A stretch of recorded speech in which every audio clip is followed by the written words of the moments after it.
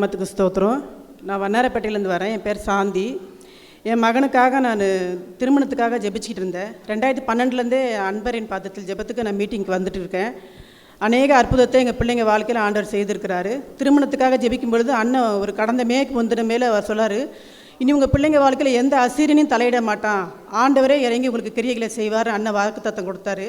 அதே மாதிரி கடந்த ஜூனில் எனக்கு ஒரு நல்ல மகளை போல் ஆண்டவர் வந்து என் மகனுக்கு கொடுத்துருக்கிறாரு. கர்த்தருடைய நாமத்துக்கு அனுகொடி ஸ்தோத்திரம். என் பேர் அருண். நான் பெங்களூர்லேருந்து வரேன். ஒரு 3 months பேக் வந்து எங்கள் வீட்டில் ஒரு சின்ன பிரச்சனை ஆச்சு. ஸோ நான் வந்து எல்லோரும் எனக்கு ஃபேமிலியில் எல்லோரும் டோட்டல் அகேன்ஸ்ட் ஆகிட்டு நான் வீடை விட்டுட்டு நான் வெளியே வந்துட்டேன். அப்போது வந்து 3 months ஆச்சுங்க. ஸோ மென்டலியாக ரொம்ப அப்செட் ஆகிட்டு இருந்தேங்க. நான் அந்த சமயத்தில் தான் நான் அண்ணன்கிட்ட அக்காக்கிட்ட நான் வந்து சொன்னேன், இந்த மாதிரி இப்படி வீட்டில் எப்படி ப்ராப்ளம் ஆச்சு. அப்போ வந்து அண்ணன் வந்து எனக்கு நியாயாதிபதிகள் புஸ்தகத்தில் 11 chapters எனக்கு சொன்னார், எப்தா எப்படி தன் வீட்டாரை வந்து வெளியே அனுப்புனாங்களோ அதே போல் அவங்களே உன்னை கூப்பிடுவாங்கோ, ஸோ நீ தான் எங்களுக்கு வேணாப்பா அப்படின்ட்டு கூப்பிடுவாங்கன்னு சொன்னாங்க. ஸோ அதே மாதிரி நான் வந்து அந்த வாக்குத்தத்தத்தை வச்சுக்கிட்டு நான் ப்ரேயர் பண்ணிகிட்டே இருந்தேன். ஸோ அதே மாதிரி எங்கள் வீட்டில் வந்து யாரெல்லாம் எனக்கு அகேன்ஸ்டாக இருந்தாங்களோ அவங்கெல்லாம் வந்து என்னை வந்து கூப்பிட ஆரம்பித்தாங்க. கூப்பிட்டு வந்து அழுந்து என்கிட்டே வந்து மன்னிப்பு கேட்டாங்க. ஸோ இப்போ நாங்கள் ரொம்ப சந்தோஷமாக இருக்கோம். ஸோ அண்ணன் அக்காவுக்கு ரொம்ப தேங்க்ஸ். அவங்க ரொம்ப ஆறுதலாக இருந்தாங்க. ஆண்டவர் நாமத்துக்கு ஸ்தோத்திரம்.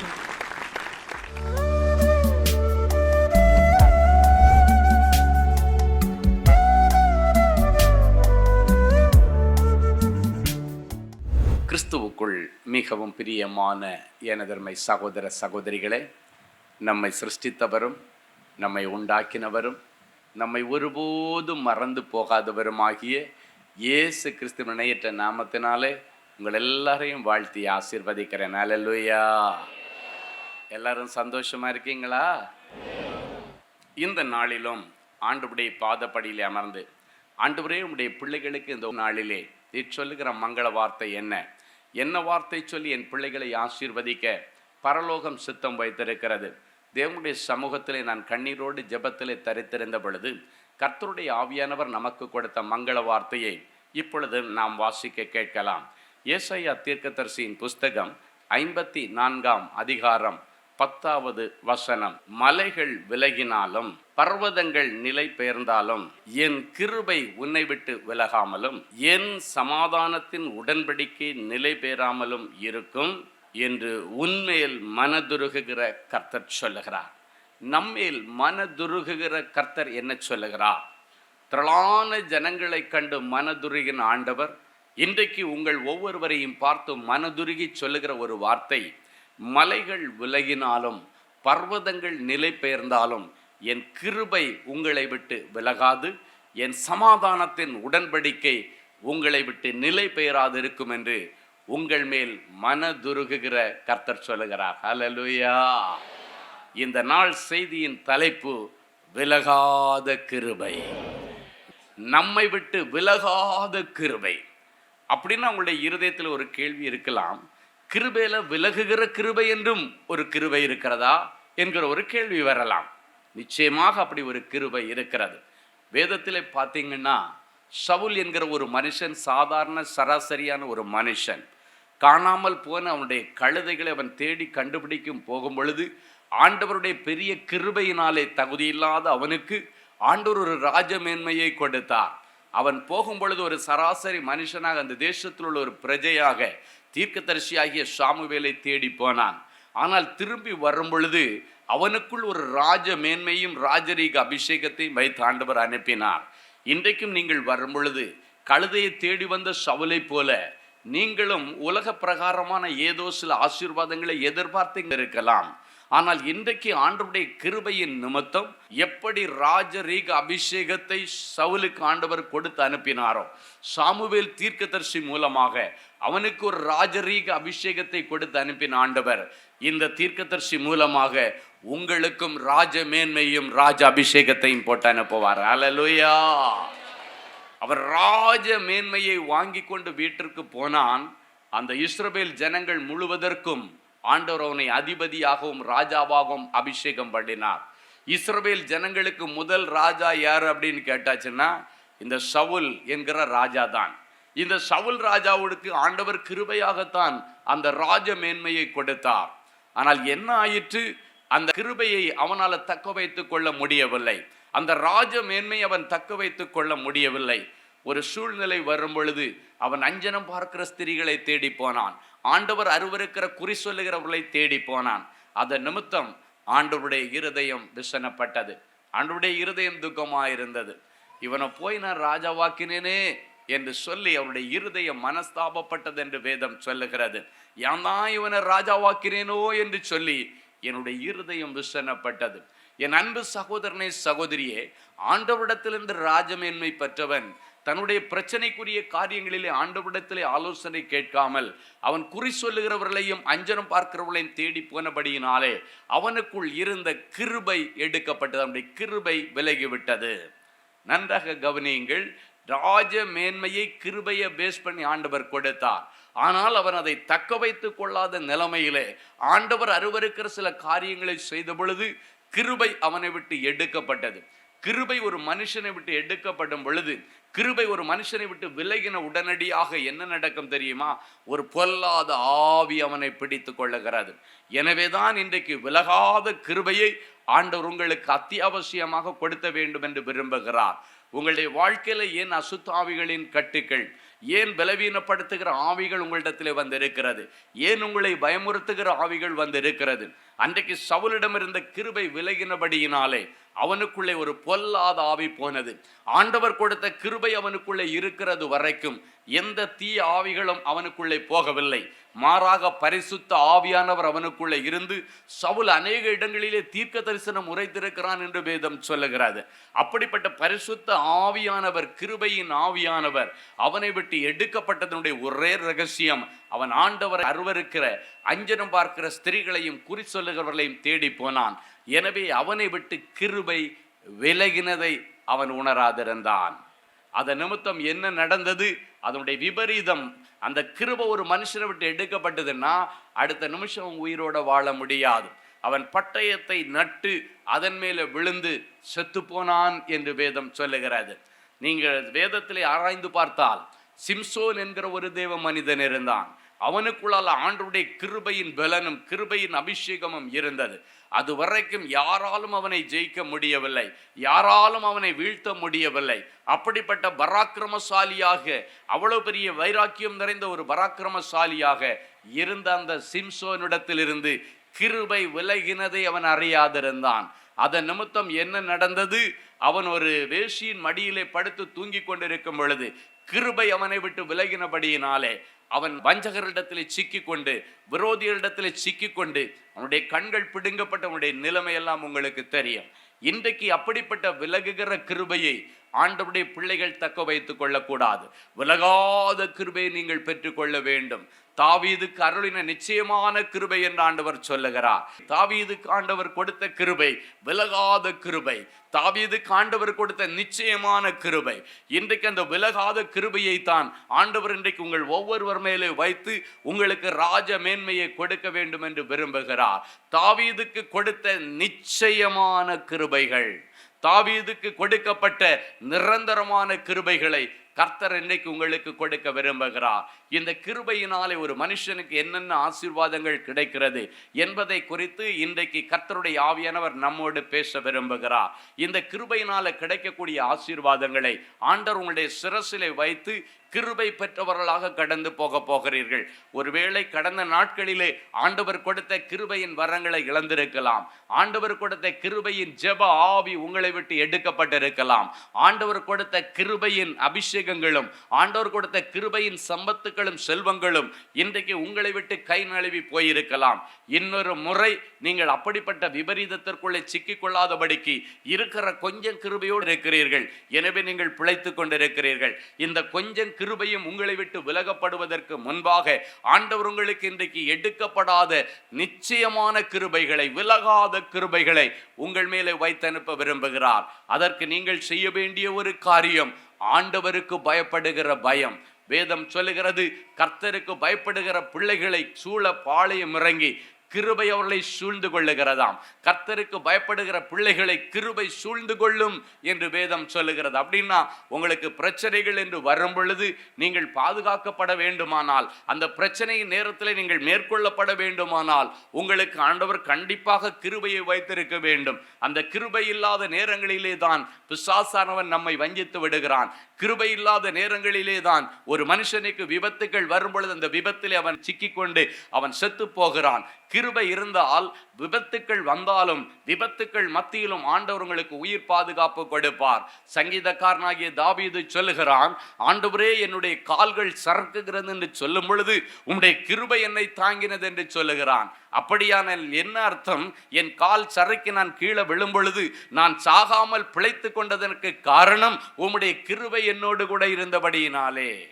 அழகாக சொல்லுகிறான், ஆண்டவரே நான் சாகாமல் இன்றைக்கு பிழைத்திருக்கிறது உம்முடைய கிருபை. என் கால்கள் சறுக்குகிறது என்று சொல்லும் பொழுது உம்முடைய கிருபை என்னை தாங்கினது. அப்படின்னு உங்களுடைய பைக்கு சறுக்கின நேரங்களிலே விபத்துக்கள் வந்தாலும் நீ இன்னும் சாவாமல் இருக்கிறாய் என்று சொன்னால் ஆண்டவருடைய கிருபை உன்னை பொதிந்து கொண்டது. உன்னுடைய பைக்கு சறுக்கினாலும் சரி, கார் சறுக்கினாலும் சரி, பாத்ரூம்ல நடக்கும் பொழுது சறுக்கினாலும் சரி, படிக்கட்டுல நீ நடக்கும் பொழுது சறுக்கினாலும் சரி, நீ சறுக்கி விழுந்து மரணத்தை காணாமல் இன்றைக்கு பிழைத்திருக்கிறாய் என்றால் அது விலகாத கிருபை உன்னோடு கூட இருக்கிறபடியினாலே தான். இந்த விலகாத கிருபை நீ எங்கு போனாலும் உன்னோடு கூட வரும். அந்த விலகாத கிருபையும் உன்னையும் தனித்தனியாக பிரிக்க முடியாது. அப்படிப்பட்ட பிரிக்க முடியாத விலகாத கிருபையை இன்றைக்கு ஆண்டவர் உங்கள் ஒவ்வொருவர் மேலே வைக்க விரும்புகிறார். ஹல்லேலூயா. எப்படி அந்த கிருபை இருக்கும் அப்படின்றத குறித்து ஒரு சின்ன காரியத்தை நான் வேதத்தின் அடிப்படையில் உங்களுக்கு முதலாவது சொல்லிக்கொள்ள விரும்புகிறேன். உங்க பேங்க்ல இன்னைக்கு 10,000 ரூபாய் பணம் இருக்குதுன்னா உங்க பேங்க் ஸ்டேட்மெண்ட் உங்ககிட்ட காட்டும், மொபைலில் காட்டும், இல்லைன்னா உங்க பாஸ்புக்கில் காட்டும். அந்த 10,000 ரூபாய் பணமும் இருக்கிற நேரம் வரைக்கும் நம்ம செக்கு கொடுத்துக்கிட்டே இருப்போம், இல்லைன்னா ஏடிஎம்ல போய் வித்ட்ரா பண்ணிகிட்டே இருக்கோம். அப்போ அந்த பணம் நீங்கள் எடுக்க எடுக்க நீ அடுத்து எவ்வளவு பேலன்ஸ் இருக்கிறது என்பது உங்களுக்கு பேலன்ஸ், கிளியர் பேலன்ஸ் அப்படின்றது காட்டிக்கிட்டே இருக்கும். ரிமைனிங் பேலன்ஸ் இவ்வளவு இருக்கிறது. அப்போ பாருங்கள், அந்த 10,000 ரூபாயும் நீங்கள் எடுத்து முடித்ததற்கு பிறகு நீங்கள் போய் ஏடிஎம் கார்டில் போட்டு கார்டு எடுத்து பணத்தை கொடுத்தீங்கன்னா அங்கே பணம் வராது, கார்டு டிக்ளைன் ஆகிவிடும். இல்லைன்னா நீங்கள் செக்கு கொடுத்தீங்கன்னா அந்த செக்கு ரிட்டர்ன் ஆகிவிடும். உங்களுடைய கண்களுக்கு முன்பாக மணி பர்ஸில் எவ்வளவு பணம் இருக்கிறதோ அந்த பணத்தை நீங்கள் பார்த்து செலவு பண்ணிட்டு இருப்பீங்க. அந்த பர்ஸு காலியாகும் பொழுது உங்கள் வீட்டுக்கு போய் சேர்றதுக்கு பெட்ரோல் போடுறதுக்கு பணம் இருக்கிறதா என்பதிலே கவனமாக இருப்பீர்கள். வீட்டுக்கு போய் சேர்றதுக்கு பஸ்ஸுக்கு காசை வச்சுட்டு தான் மீதி எது வேணாலும் செலவு பண்ணுவீங்க. அப்படின்னு உங்கள் பர்ஸில் அது குறைந்து கொண்டே வருகிறது உங்களுக்கு தெரியும். அது குறைகிறதுக்குள்ள திருப்பி ரீஃபில் பண்ணுவதை நாம் ரொம்ப கவனமாக இருக்கிறோம். அதுக்கப்புறம் ரீஃபில் பண்ணாதான் நம்ம செலவு பண்ண முடியும். எனவே நம்ம கண்களுக்கு முன்பாக உங்கள் கணக்கில் எவ்வளோ பணம் இருக்கிறது, உங்களுடைய பர்ஸில் எவ்வளோ பணம் இருக்கிறது, அதை பார்த்து நீங்கள் செலவு பண்ணலாம். சேஃபாக நீங்கள் வீட்டுக்கு வந்து சேர்ந்து விடலாம். அந்த இருக்கிற பணத்தில் நீங்கள் வீட்டு வரைக்கும் வர்றதுக்கு கரெக்டாக வந்து பெட்ரோல் போட்டோ இல்லைன்னா பஸ்ஸு பிடிச்சி வந்து சேர்ந்து விடலாம். ஆனால் ஒரு மனுஷனுடைய கணக்கில் கிருபை எவ்வளவு இருக்குது என்பதை அவனால் கண்டுகொள்ள முடியாது. அது எவ்வளவு இருக்குன்றது ஆண்டவருக்கு மட்டும்தான் தெரியும். அப்போ பாருங்க, இந்த கிருபையை ஒவ்வொரு நாளும் தேவனுடைய பிள்ளைகள் சம்பாதிக்கிறவர்களாக இருக்க வேண்டும், கிருபையில வளருகிறவர்களாக இருக்க வேண்டும் என்று 2 பேதுரு 3:18 சொல்லுகிறது. நம்முடைய கர்த்தரும் இரட்சகருமாகிய இயேசு கிறிஸ்துவின் கிருபையிலும் அவரை குறித்து அறிகிற அறிவிலும் நீங்கள் வளர வேண்டுமாம். ஏன் கிருபையில நீங்கள் வளர வேண்டும் தெரியுமா? அந்த கிருபை உங்களிடத்துல வளரதான் உங்களுக்கு பாதுகாப்பு உண்டு. அப்படின்னா அந்த உலகத்துல உங்களுடைய கிருபைன்ற அக்கௌண்ட்ல எவ்வளவு பேலன்ஸ் இருக்கிறது என்பது நம்முடைய கண்களுக்கு தெரியாது. நம்முடைய கண்களுக்கு தெரிஞ்சா திருப்பி அதை வளர்த்துறதுக்கு என்னெல்லாம் வழிமுறைகள் இருக்கிறது என்று வேதத்தில் நிறைய காரியங்கள் இருக்கிறது.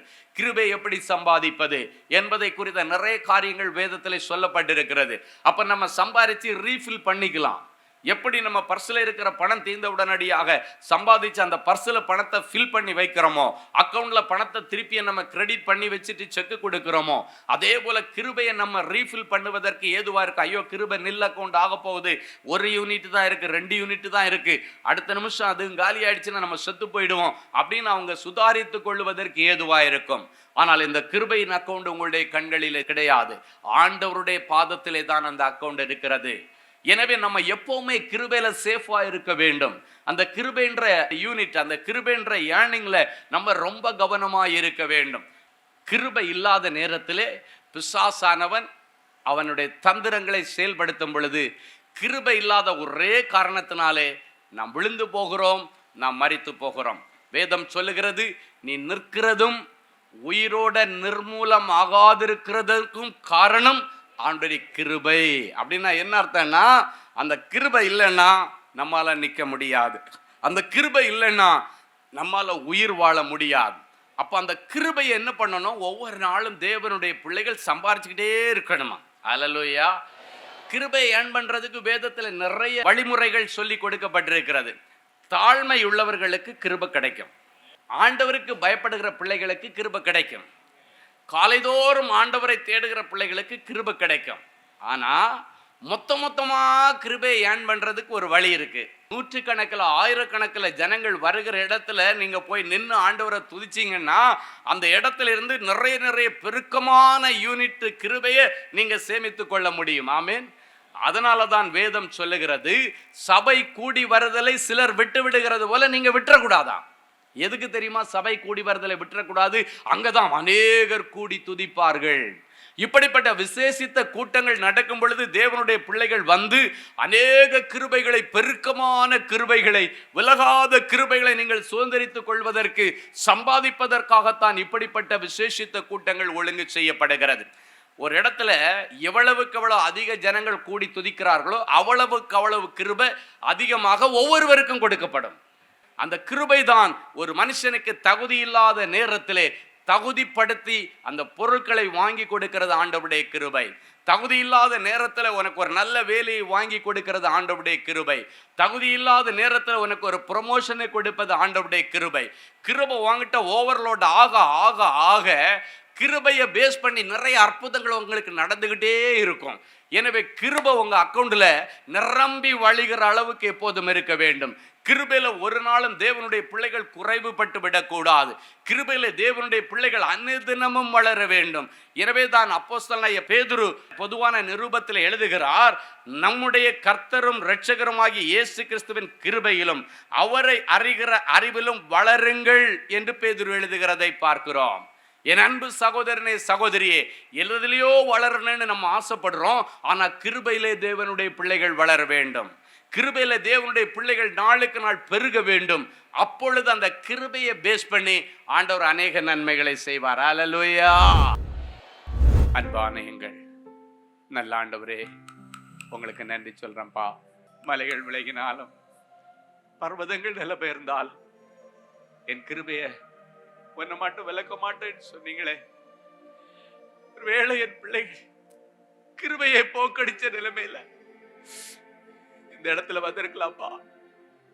ஆண்டவர் கொடுத்த வரங்களையும் தாளந்துகளையும் கிருபையின் வரங்களையும் இழந்து போய் இந்த இடத்துல வந்திருக்கலாம்ப்பா. இழந்து போனதை தேடவும் மீட்டு கொடுக்கவும் இந்த பூமியில வந்தேன்னு சொன்னீங்களே. என் பிள்ளைகள் இழந்து போன கிருபை, என் பிள்ளைகள் இழந்து போன பலன், என் பிள்ளைகள் இழந்து போன சத்துவம், என் பிள்ளைகள் இழந்து போன களிகூறுதல், என் பிள்ளைகள் இழந்து போன ஆரோக்கியம், என் பிள்ளைகள் இழந்து போன சந்தோஷம், அத்தனையும் என் பிள்ளைகளுடைய சிரசில வச்சு என் பிள்ளைகளை நான் ஆசீர்வதிக்கிறேன்ப்பா. வாழ்நாளெல்லாம் களிகூர்ந்து மகிழப்படுகிற கிருபையை தருவேன்னு சொன்னீங்களே. அந்த கிருபையினால அவனை திருப்தி ஆக்குவேன்னு சொன்னீங்களே. வாழ்நாளெல்லாம் கடன் வாங்கி வேதனைக்கு நேரா என் பிள்ளைங்க போயிட்டு இருக்காங்கப்பா. வாழ்நாளெல்லாம் என் பிள்ளைங்க பிரச்சனையின் மேல பிரச்சனையை சந்திச்சுட்டு இருக்கிறாங்க ஆண்டவரே. வாழ்நாளெல்லாம் என் பிள்ளைகள் அவமானத்தின் மேல அவமானத்தை சந்திச்சுட்டு இருக்கிறாங்கப்பா. தோல்வியின் மேல தோல்வியை சந்திச்சுட்டு தலை காட்ட முடியல, தலை நிமிர முடியல, தலை தூக்க முடியலன்னு சொல்லி கண்ணீரோடு வந்திருக்கிற என் பிள்ளைகளுக்கு விலகாத கிருபையை கொடுத்து, களிகூறுதலின் அபிஷேகத்தை கொடுத்து என் பிள்ளைகளை நீர் ஆசீர்வதியுமாக. எந்தெந்த காரியங்களிலே என் பிள்ளைகள் சிறுமைப்படுத்தப்பட்டார்கள், சிறுமைப்படுத்தப்பட்ட நாட்களுக்கு, துன்பத்தை அனுபவித்த வருஷங்களுக்கு, கடன்களையும் அவமானங்களையும் சந்தித்த வருஷத்திற்கும் சரியாக என் பிள்ளைகளை மணிமணியும் நான் மகிழ்ச்சியாக்கி களிகூற பண்ணுவேன் என்று சொல்கிறேன். நித்திய மகிழ்ச்சி என் பிள்ளைகளுடைய தலை மேல் இருக்கட்டும். என் பிள்ளைகள் சுமந்து வந்த சஞ்சலமும் தவிப்பும் என் பிள்ளைகளை விட்டு ஓடி போகட்டும் ஆண்டவரே.